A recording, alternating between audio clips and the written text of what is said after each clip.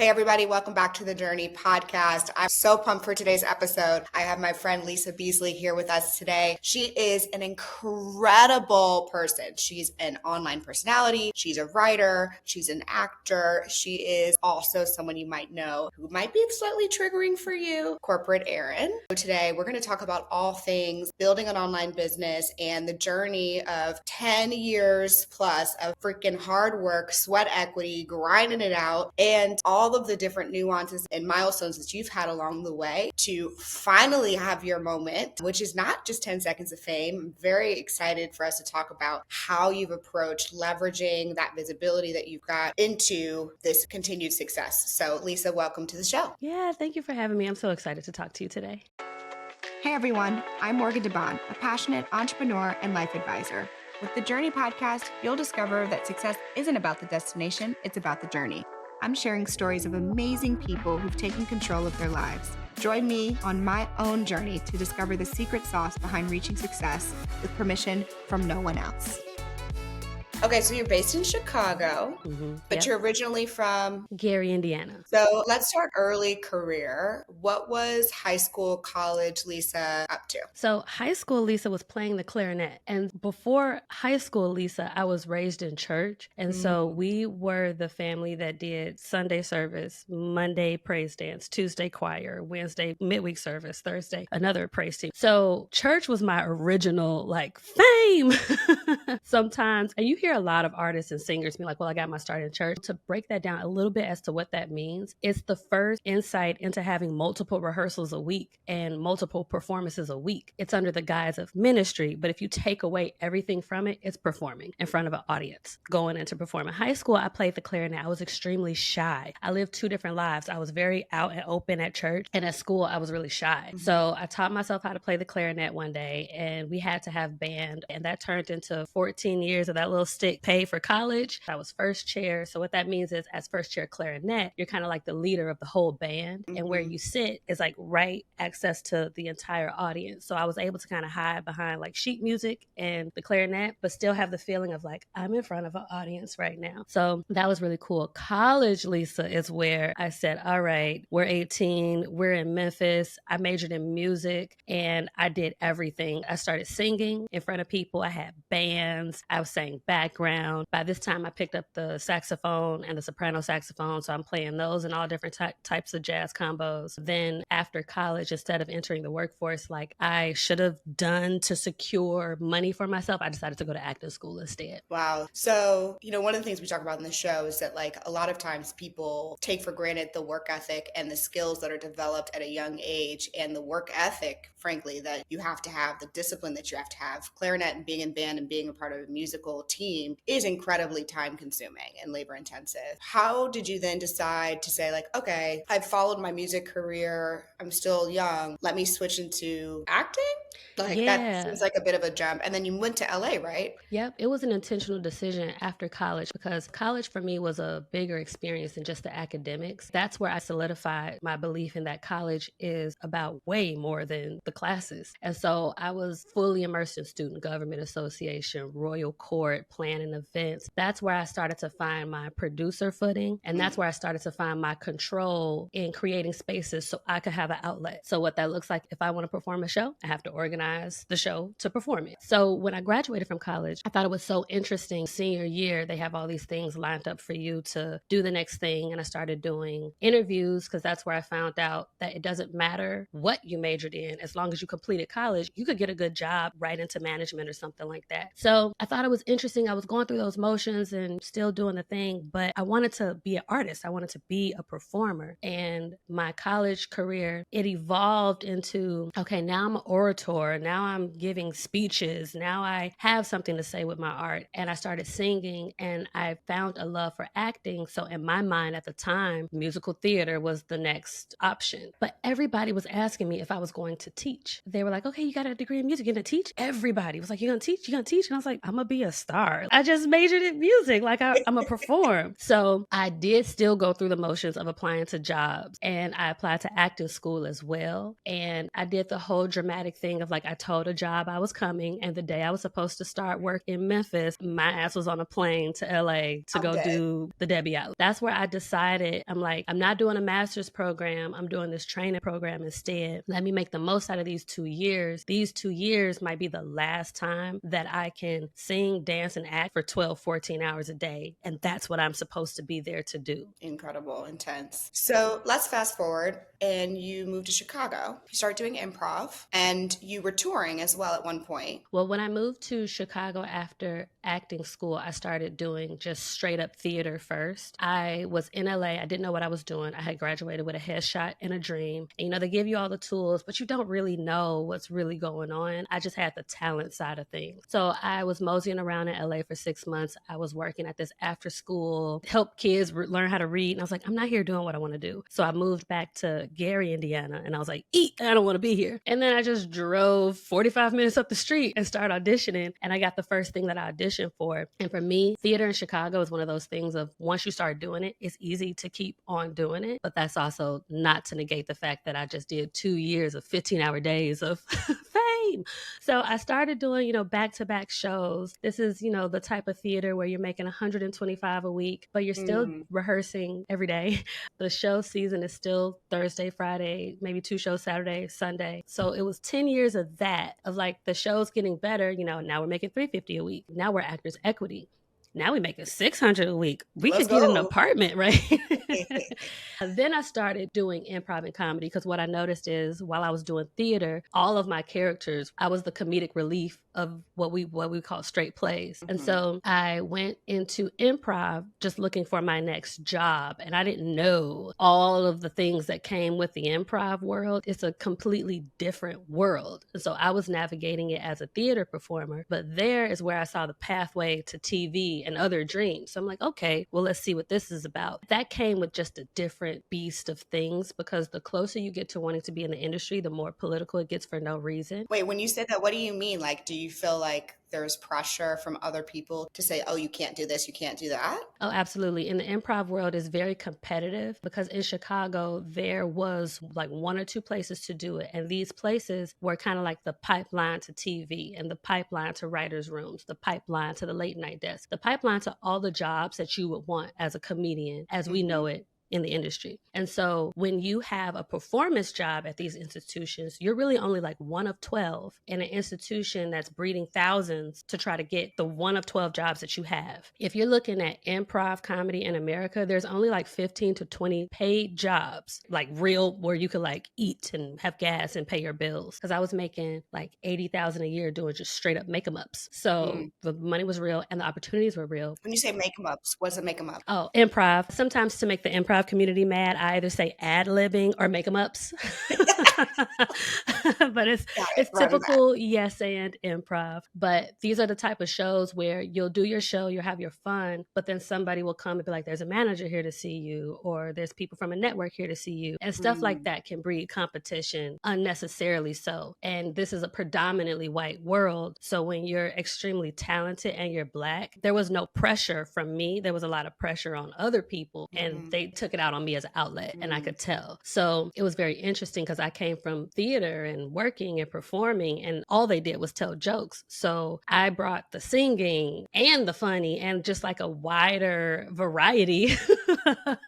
So it was a lot of fun, but it was also a lot, like you can Google that part of my journey. It was a lot of activism that I had to do because keep in mind, this is like 2014, 2015, 2016, when America's learning about certain things. There was a lot of heavy first Black Lives Matter movement. That's when Black Lives started. When Mike Brown was shot and killed, you had Tamir Rice, you had Freddie Gray. I mean, it was a lot. It was a lot. It was a lot. And the Black performers in this space, we were all relatively new because they were allowing us in. And if I were the executive coach that I was now, if I were coaching them, I would have told them that that was a mistake. It sounds wild to be like, don't let them, like they were not ready for the change that we enacted just by being there. So we had questions. They had no answers. And that's when we had learned that we were not calling the system into play. We were saying things that were just unfair for all actors. But because this is a place that could get you to SNL, this is a place that can get you to write for Stephen Colbert, you tend to just shut up, take the low pay, do the extra dates. But we came in from different places where respect was a big tenet of ours, and culturally too. So if you say something like, yeah, y'all will be here for 12 hours, but we won't have food. I do think that's a generational thing. Like, we were the first generation to say, that's giving unreasonable.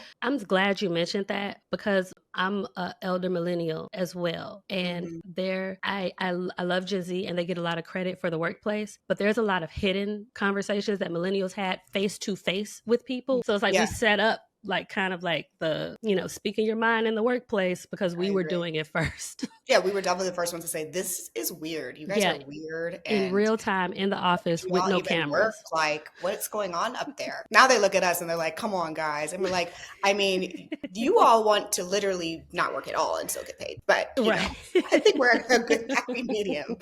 Okay, so I don't know that I had really thought through the pipeline and how scarce, literally, there was from an occupational place to land to have a livable income, right? I mean, even $80,000 within the scope is not totally a livable income in Chicago, the third largest city in America. Of course, relative to making a couple $100s a week, it's great. I guess, at what point did you say to yourself, I need more outlets for monetization? And how did you say, this is not enough for me? Yeah, absolutely. At that point, I was monitoring my income over years. So I remember the first year I made $20,000 as an artist, and then the next year I made $40,000, and then the next year I made $60,000. So I'm seeing a pattern, and I'm like, okay, next year I should be due to make $80,000. I left the world because it was soul over money time. And so I left that because they were treating us so bad, and it was so egregious that I was like, I am getting sick. I survived being on stage the entire 9 months, and that was wild.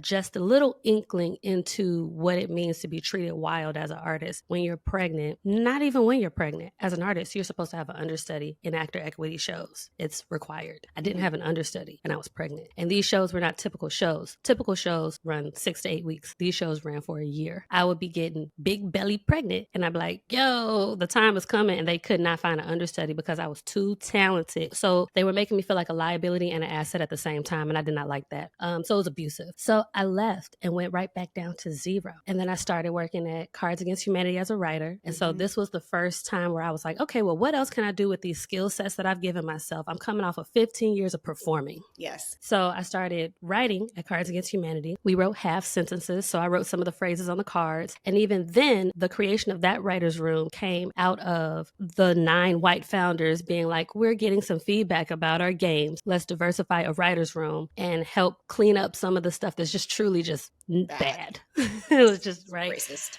Yes.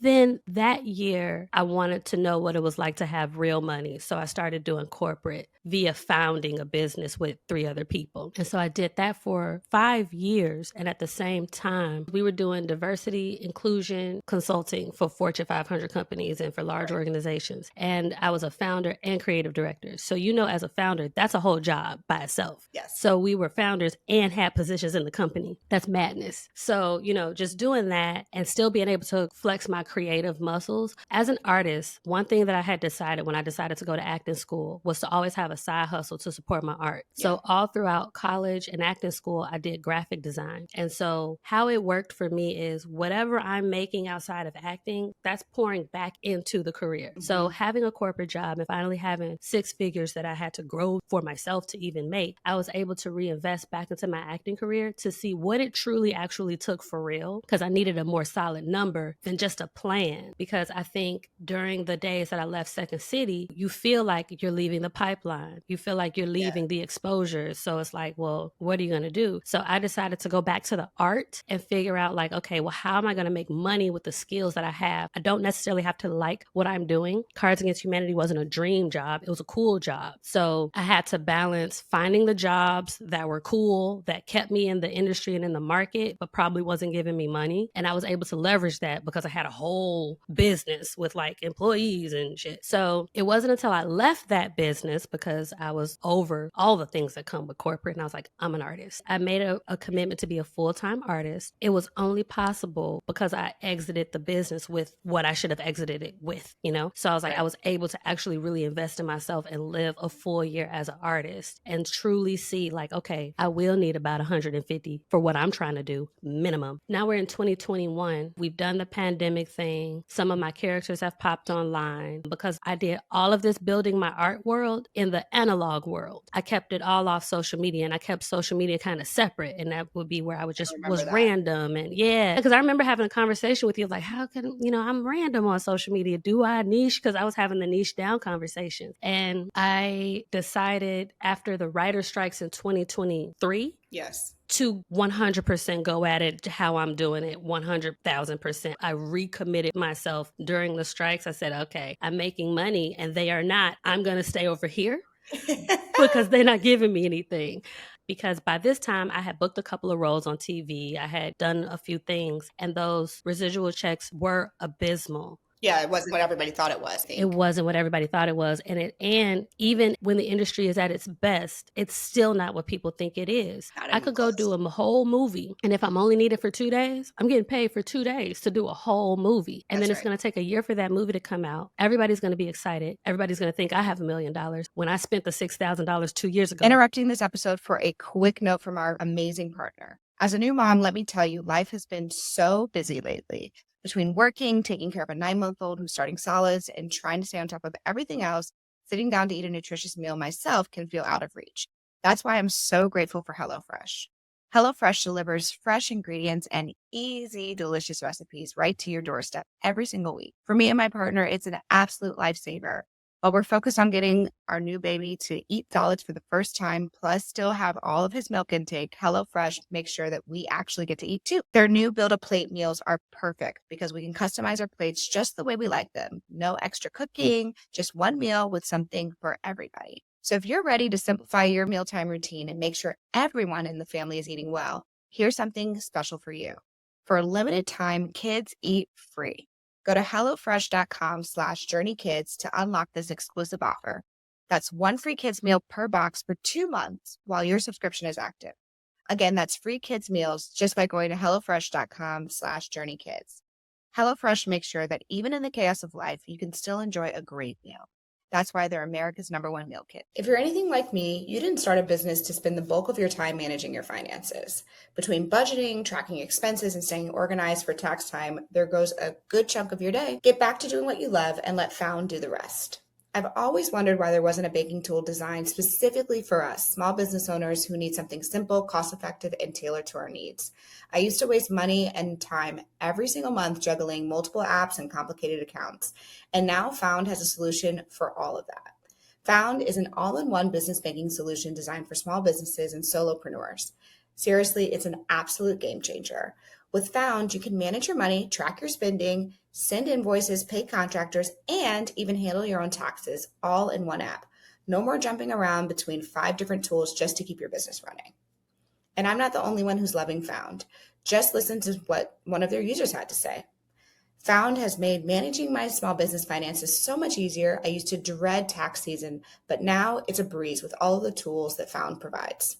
If you're ready to simplify your business finances and get back to doing what you love, check out Found. Over 500,000 small business owners have already made that switch. Try Found for free at found.com/journey.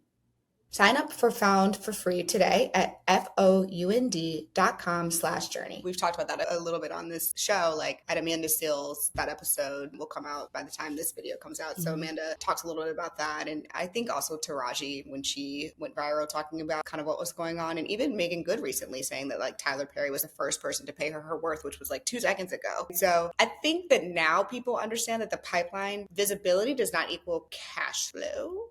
Yes. Especially in traditional senses. And you can be famous and a celebrity and be incredibly broke. 1,000%. One thing that being corporate Erin has taught me is that people do make big offers for what I call clout bucks. 100%. And I finally nailed down the language to be like, yeah, I don't do that. Now, if there is leverage in it for me, then okay. then okay. But I have a general rule of thumb is that if you need me to garner eyeballs for anybody's bottom line where money is being made, you got to give me some money. It's just the right thing to do. Yeah, you have to pay me. So let's talk about your personalities before corporate, Erin. So we started working together before you started to do your digital world. We were working together under the Work Smart Advising program when you had your business. And it was very clear that it was stressing you the heck out. Like you were very clear that you were like, I am doing this and I'm grateful for the exposure within this world that I'm getting, but I actually am not enjoying this, and how you wanted to spend your time versus what you needed to do at that time in your life. And you've had 10 plus years already under your belt of doing what you needed to do. And you were kind of ready to just do what you want to do. Yeah. Even if it was going to be difficult. And I just remember being like, okay. Yeah, because I remember I would take the lessons from Work Smart and I remember I would apply them dually. I would be like, okay, I'm going to apply this to the business and to my art because I don't know how much longer. So basically, for those of you who aren't familiar, so I used to do this coaching program. Now it's all self-study. You can get it on morgandebaun.com. But at the time, I was doing weekly calls with everyone. And so you apply for one business, but she started talking about her creative business. And I was like, whoa. What business are we talking about today, Lisa? Because we're looking at the 6 figures plus over here. So what are we talking about? How much are we doing as an individual? Like, well, only hundreds, but like I was really trying to map out like, okay, I get KPI in this business. What's a KPI for art? But it worked out. It's a skill set. It is the whole point of the program is to teach you how to evaluate these things. And regardless, I was like, all right, I'm going to follow her lead here. And let her ask me what she needs.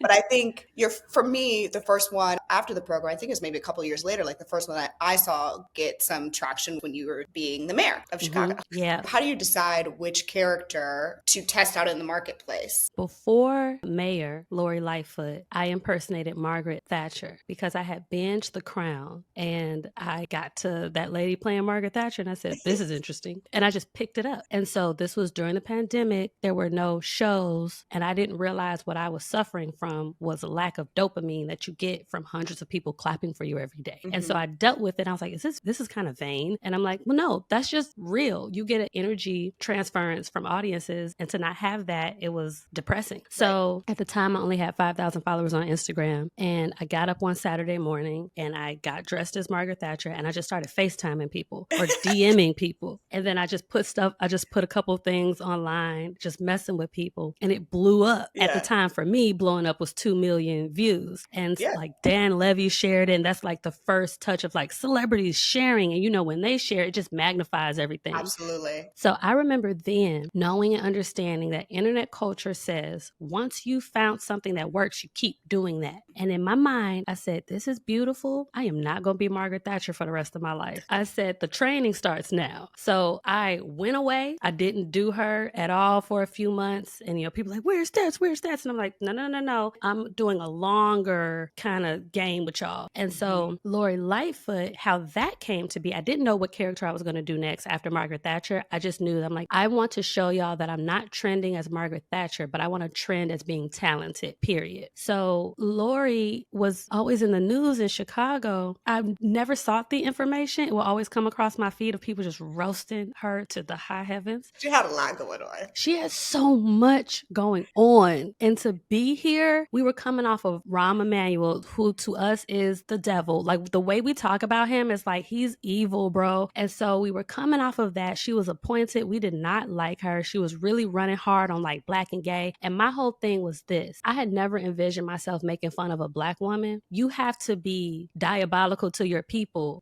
for us to be like, girl. So for me, it was one of those things of being like, I need y'all to know I'm not okay with her. And the Anjanette Young thing really made me upset in real life. It made me upset in real life. And I decided to watch one interview. I got so mad and I was like, I could do her. And I did. And that was so fun. I look at it like a run. What's interesting is she's not the mayor anymore, but my character is still relevant. And I'm like, that's wild. That, I want to say, prepared me for the attention of corporate Erin and gave me the launch pad to put out other characters that I had known that that I had been playing with. I think the reason why it was appealing was that it crossed over into cultural commentary. As someone who's not from Chicago or even living in Chicago, I would go to your page and it exacerbated the emotional attachment that people had with her in real life. Yeah. And I think that's really also why Corporate Erin does so well, is because of the emotional reaction, the cringe of what you are exposing that we've all maybe like subconsciously felt or seen or even partaken a part of and been like, I have to be this person. I don't even want to be the Corporate Erin in this situation, but it's my job to be Corporate Erin here. And I think that that is really what has allowed you to continue to grow this business because of the emotional attachment. I discovered doing Lori Lightfoot that I consciously made a decision to do just straight up textbook political satire so I wouldn't get taken off of the internet, so she wouldn't have a reason to sue me. So it's basically doing the Alec Baldwin as the president on SNL. It's the same thing. But I noticed that when you're a Black woman, it hits so much harder. It hits so much harder. So I remember feeling like I was holding satire on my back because I'm like, where y'all at? I carried that character through to an election that did have a hand in her not getting reelected. It got serious at points. And so I'm like, this is what political satire is supposed to do. Or like, was her campaign like, yo, chill?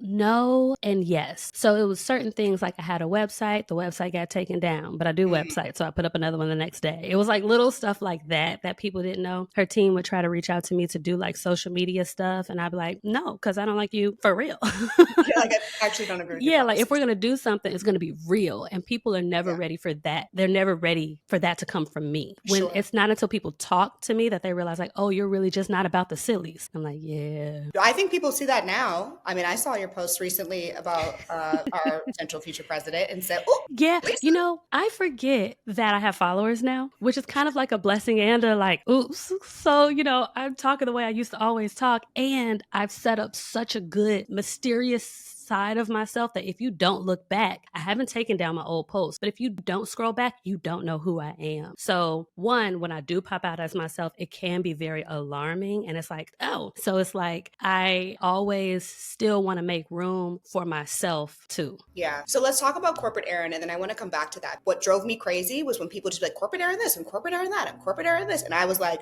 Lisa, they don't know who you are. Like, I was like, DMing you, like, what is the plan? Like, you need to like link everything back to you, the person, because I've seen it before where people get stuck. So as Corporate Erin started to grow, how did you approach your decision-making criteria on how to make this a sustainable business for yourself? Commitment to the layers. So commitment to, despite what everybody labels me as, I am committed that Corporate Erin is another person existing in this whole world. So when people say influencer, I let them. When people say corporate influencer, I let them. But then I'm sure to play with it too. Like, yeah, I'm influencing y'all to be corporate. However people need to label it to fit their excuse to give me a check, fine. But her existing on all platforms, the strategy for me was to treat those platforms like individual teams or companies. So addressing them separately in the beginning, I knew I wasn't going to have time to do it forever, but doing the, hey, TikTok, get on in here. Hey, Twitter, get on in here. Hey, LinkedIn, get on in here. People really got into the game of it. I swear, this would not be possible if people were not playing along. People play along so hard. It's fun. It's so fun. So it's like, how do you turn this fun into money? Because there are many people who are making fun of corporate stuff, right? And not making any money. And not no shade, but I could tell, because if you notice, there's been kind of transitions and eras of Corporate Erin where it's like she goes away, but then she pops out because she's been outside. And it's like,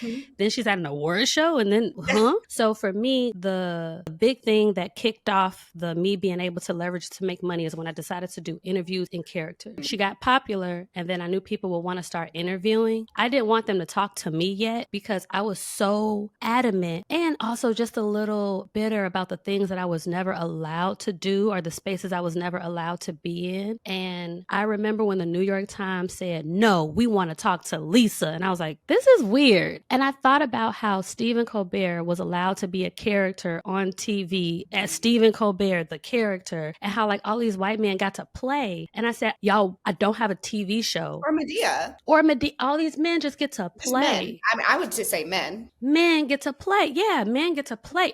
They got to play. Yeah. And so I was like, well, I don't have a TV show right now because y'all not doing that. At the end of the day, this is still media. So I'm going to hijack the media and I'm going to play directly to the media. How I look at it is like this. That kicked off the exposure. For me, it was about growing the eyeballs so I could grow leads. So how I look at making money on social media, yes, the platforms can give you money for posting, but I look at the leads I generate when I'm outside or when I'm around and visible. I'm getting more speaking engagements. I'm getting more panel invites. I'm getting more, well, what else do you do? And then I could be able to flip to them other experiences that people don't think about. So when I started blowing up on TikTok, I made a conscious decision to not overwhelm my audience with ads because I basically try to keep myself out of the patterns that we as people find annoying. A creator gets big. A creator blows up. They start doing 100% corporate stuff. And then it's not even fun anymore because they're selling us something every 5 seconds. So there are things that I turn down or try to change their mind. It'd be like, I know you think it's cool to just do a 30-second TikTok, but what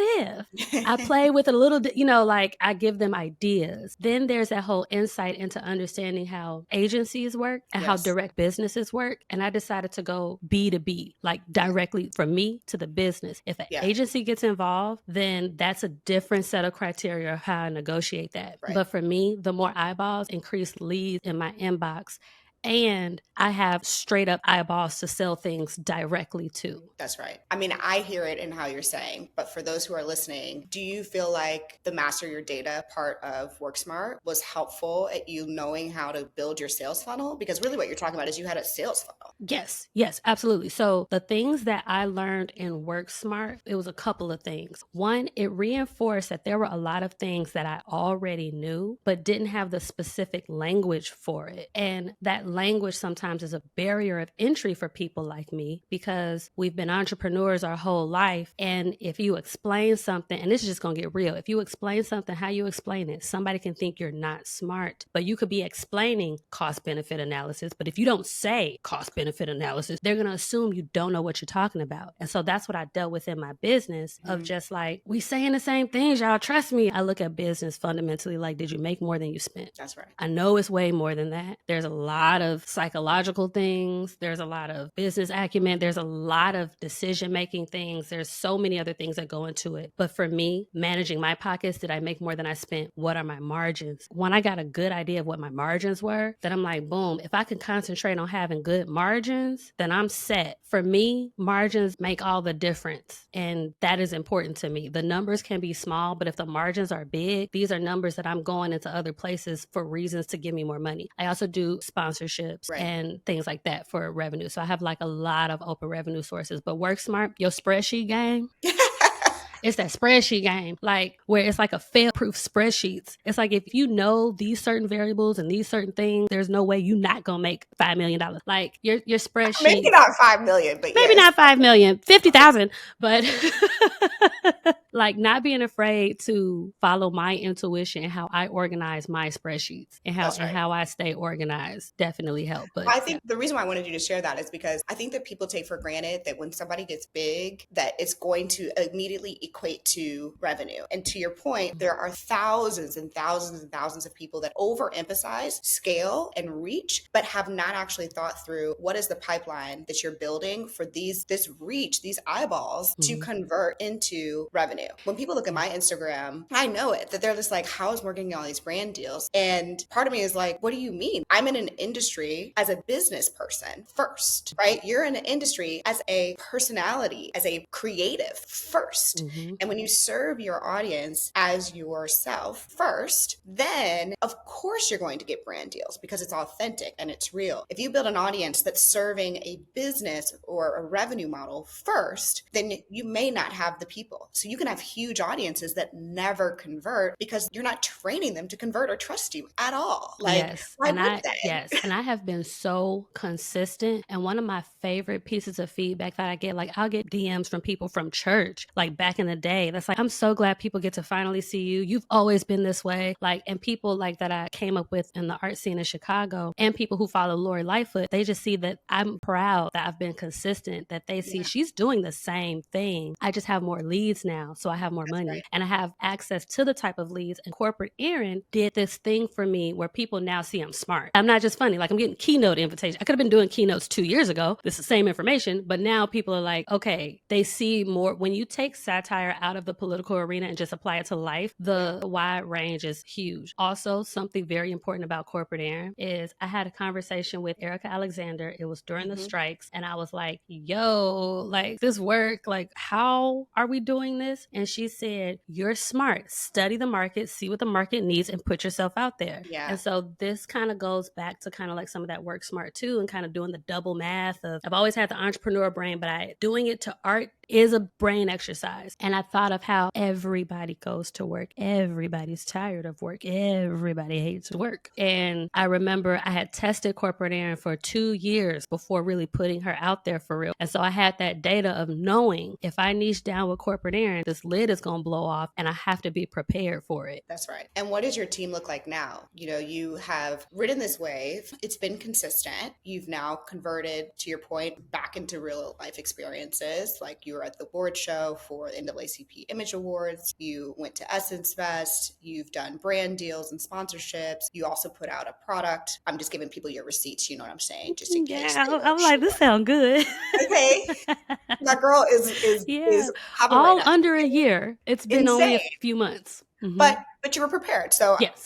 even with that, like if you're prepared, then it works itself out. If you have this moment and you're not prepared, it's fleeting. So how have you thought about the next steps? How have you decided to invest in your team, your time, and how are you thinking about the future in terms of character development for corporate Erin or for other people that you are, privately testing that we will hopefully see soon? Yeah, creatively, I have a plan for all of my characters to continue living their lives, and people are going to start to see them interact with each other even more. I want to set up sketches where they're all in them and features where they're all in them. That creative stretch, the team needed for that is creative personnel. So how I look at scaling is I've scaled from within. I have found all of the skills that are necessary for me to keep doing this are enough, and where other people need help, I actually don't. I had to release a lot of shame in that. And also knowing that just because I can do it all doesn't mean that I have to, but there are a lot of things that I can do. And I describe it like that scene in Taken when that dude was like, I have a set of skills, and that's what I come with it. I want to go back to real quickly when people think you get eyeballs and they should be popping, why they don't. Well, because linearly the next pathway point is for people to get a manager or a management, and traditional management is not going to do for talent what I do for myself. Traditional management is focused on bigger deals and their company's bottom line. A $5,000 gig is not going to be an incentive for them. Right. A $10,000 gig is not going to be an incentive for them. I do a lot of things for myself that your manager is not going to do. A lot of people assume people think that the next step is a manager. I mean, I've had people ask me like, oh, will you be my manager? And I literally just walk them through the math. I'm like, your 10% of your even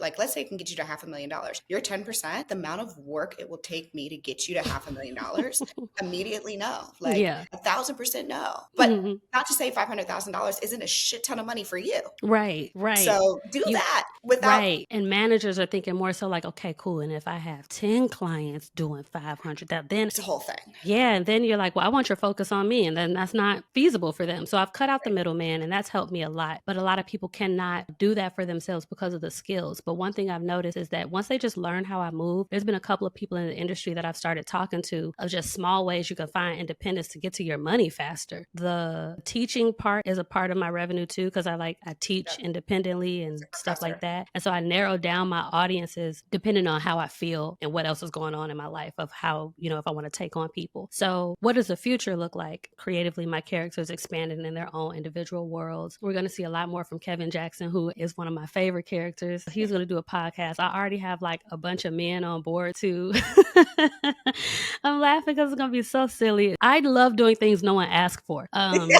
So that's going to be fun. And I want all of these experiences are going to be heavily sponsored or heavily backed, because I have so much data now from other engagements that I've done to prove that one thing creators need to understand is this: you could have 1 million followers, but if you can't really show that those 1 million people are watching what you do, it don't matter. So let's say if my impressions on TikTok are 15 million, that's cool. Well, I have a piece of paper that shows I know how to reach 1 million on purpose, and that's going to be valuable to somebody. Another thing is being balanced in my community engagement work and kind of probably seeing that kind of meld into it too. Because I really think like how I'm doing things, I tell people often, take what I'm doing, do it. I want more people move independently as artists. It would make it easier for me. There's enough partnerships to go around. There's enough sponsorships to go around. There's enough small Black businesses to go around. There's so much opportunity people can build for themselves. And I'm going to keep writing more books. One goal that I have for myself is to get a book publishing deal that is substantial, because I'm doing well on my own. So for me to engage in a deal, it would have to be a fulfilling dollar. So I'm using all of this data now and all of these eyeballs and all of this stuff to see where in the world of capitalism can I make a dent while scaling all of my creative efforts and adding the team members that I need. Y'all, one of the first Work Smart tenants is who's on your team.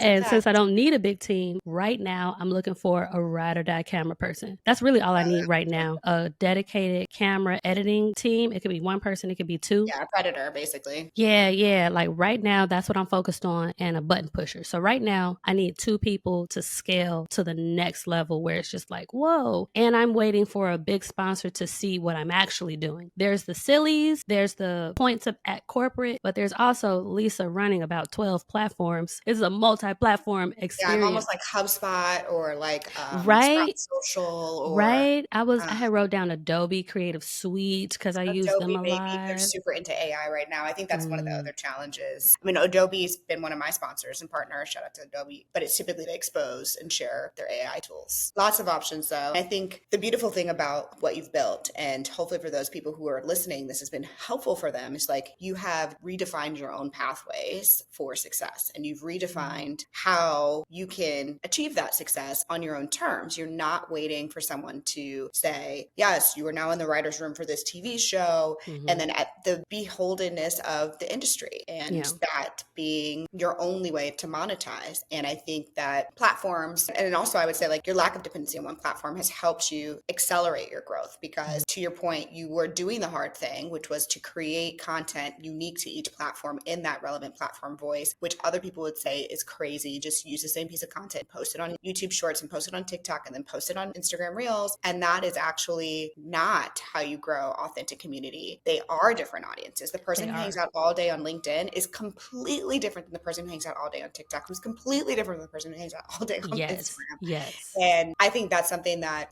there's all these gurus who talk about productivity and scale and this, that, and the third, but sometimes the answer is you just have to do the work. Sometimes you just got to do the work. Me and my sister, we joke, and I'm not afraid to say this because of who I am now, but you remember when Kim was like, nobody wants to work anymore. Every once in a while we joke and be like, I know.